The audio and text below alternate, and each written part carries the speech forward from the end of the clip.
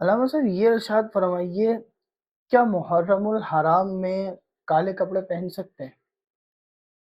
میرے آقا اعلیٰ حضرت امام احمد رضا خان علیہ رحمان فتاوی رضویہ کی جلد نمبر 24 میں فرماتے ہیں کہ مسلمانوں کو بالخصوص عاشورے کے 10 دن کے 3 کلر کے لباس نہیں پہننا چاہیے: سبز، لال اور کالا۔ یہ سوگ کی علامت ہے اور محرم میں سوگ منانا جائز نہیں، جائز نہیں۔ کیونکہ سوگ مرنے والوں کو منایا جاتا ہے اور شہداء زندہ ہیں، قرآن انہیں کیا بات ہے، زندہ کہہ رہا ہے۔ سبحان اللہ سبحان اور جو اگر سوگ کسی کا ہوتا بھی ہے، کوئی انتقال کر بھی جاتا ہے، تو اس کا شریعت میں سوگ صرف 3 دن ہے، 3 دن کے بعد کوئی سوگ اللہ نہیں۔ نہیں ہے۔ تو اس لیے یہ سوگ کی علامت اعلیٰ حضرت نے منع فرمایا بالخصوص مسلمانوں کو کہ اس کلر کے لباس نہ پہنیں جو کسی بد عقیدہ سے مشابہت ہو۔